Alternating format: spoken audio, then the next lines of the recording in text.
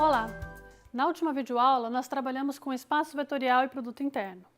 Nesta videoaula, nós vamos mostrar para vocês uma aplicação do produto interno. Essa aplicação está relacionada com experimento de física e também pode ser utilizada em vários cálculos estatísticos. Então, acompanhem comigo aqui o experimento de física que nós vamos trabalhar hoje. O nosso experimento consiste em calcular a constante elástica da mola. Esse deve ser um experimento que você pode ter feito lá no ensino médio. Como é que a gente faz esse experimento? A gente pendura uma mola, coloca diversos pesos, nessa mola e, de acordo com o peso que é colocado, a gente vai calculando o quanto essa mola distende. Então, a gente começa com x igual a 0, quando a mola está no seu tamanho normal, e a gente vai calculando a elongação da mola, ou seja, o quanto ela vai aumentando para cada um dos pezinhos que a gente for colocando. Então, vamos imaginar que a gente coloque um peso de 1 kg. E a gente tem uma elongação de 6,1, um peso de 2 kg e, portanto, uma força de 20 newtons, 12,9, e depois o de 3 kg, 4 kg, 5 kg e 6 kg. Só para lembrar, a força que está sendo colocada ali é uma força-peso. E, portanto, a gente vai calcular essa força-peso como sendo massa vezes a aceleração da gravidade, que estamos colocando aqui como sendo 10 metros por segundo ao quadrado. Tá? Então, quando eu falo uma massa de 2 kg, a gente já pensa uma força de 20 newtons. E por isso, os slides estão aparecendo como F igual a 20.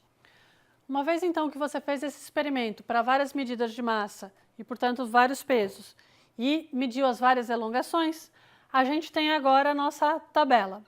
Então, nosso experimento tem a massa 1, 2, 3, 4, 5 e 6, e, portanto, as forças 10, 20, 30, 40 e 50 newtons, e as elongações medidas são aquelas que estão apresentadas aí na tabela.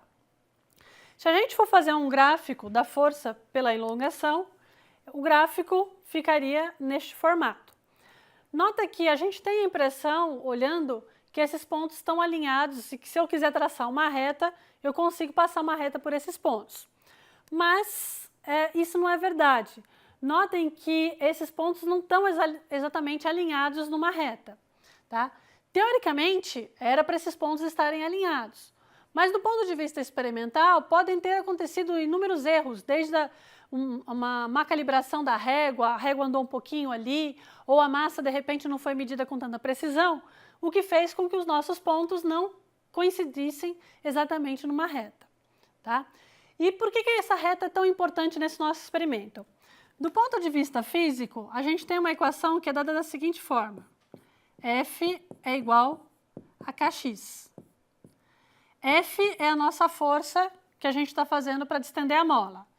O x é o quanto a mola está sendo distendida. E o K é chamado de constante elástica da mola. Ou seja, para algumas molas, eu vou aplicar uma força pequena e ela já vai distender para caramba. Outras molas, eu vou ter que aplicar uma baita de uma força para conseguir distendê-la um pouquinho que seja. Tá? Então, essa constante K é uma constante que é característica da mola que a gente estiver trabalhando. E essa constante K a gente consegue calcular pela inclinação do nosso gráfico.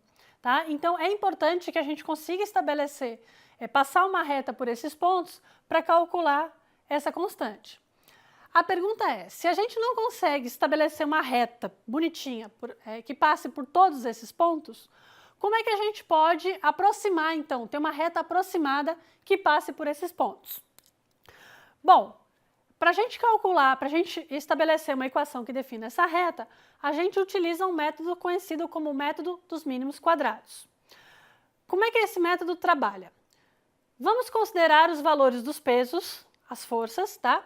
Como um vetor de um espaço vetorial dado por y1, y2, y3, y4 e y5. Em nosso caso, é um vetor do espaço R5, porque a gente tem 5 medidas aqui.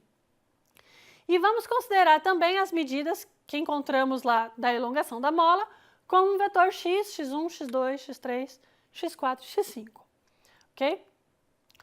Bom, vamos imaginar agora, então, que como a gente está querendo estabelecer uma reta, a elongação da mola é uma função do tipo fx. Esse fx, como é que é a equação da reta? equação da reta, a gente já sabe, vocês já devem ter visto aí nos cursos anteriores, pode ser escrita como ax mais b, que é a equação característica de uma reta. Notem no nosso gráfico que a nossa reta passa pelo ponto 0, 0, pela origem. Então, para isso acontecer, esse parâmetro b aqui, ok? Ele tem que ser igual a 0. Por que isso? Bom, se eu não tiver força nenhuma, eu não distendo nada a mola, tá? Então, se o F é 0, o x também é 0, independente do valor que seja a constante da nossa mola. Isso vai facilitar um pouco o nosso cálculo, porque a gente tem uma função teórica que é dada por a vezes x.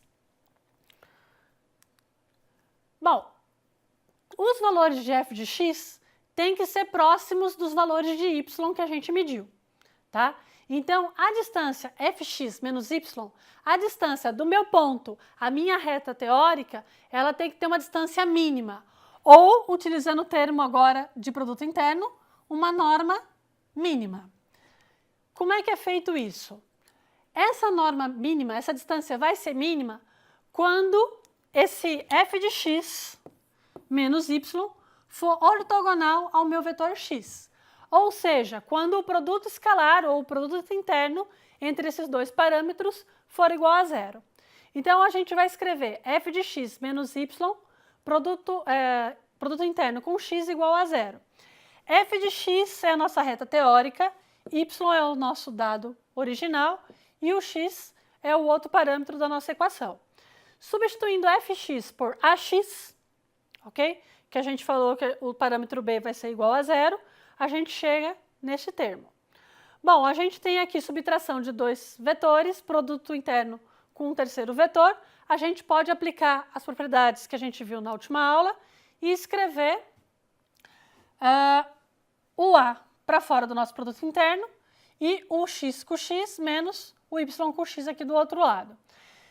Tudo isso tem que ser igual a 0 para essa distância ser mínima. E se a gente isolar o valor do a, que é o parâmetro, a constante que a gente quer calcular, a gente chega que esse parâmetro a é dado pela divisão entre o produto interno yx dividido pelo produto interno xx. Tá? E o produto interno xx nada mais é do que a nossa norma ao quadrado. No nosso caso, no caso do nosso experimento, então, como é que ficaria o cálculo? Só um detalhe, esse A aqui é a constante elástica, o K, que eu coloquei anteriormente, tá? Então, no nosso experimento, a gente tinha lá a nossa força e a elongação, ok? A elongação da mola é o nosso X, a força é o nosso Y. Só para a gente poder definir. Então, a parte de cima da nossa divisão lá, temos o produto interno YX. O que a gente vai fazer? Vou fazer 10 vezes 661,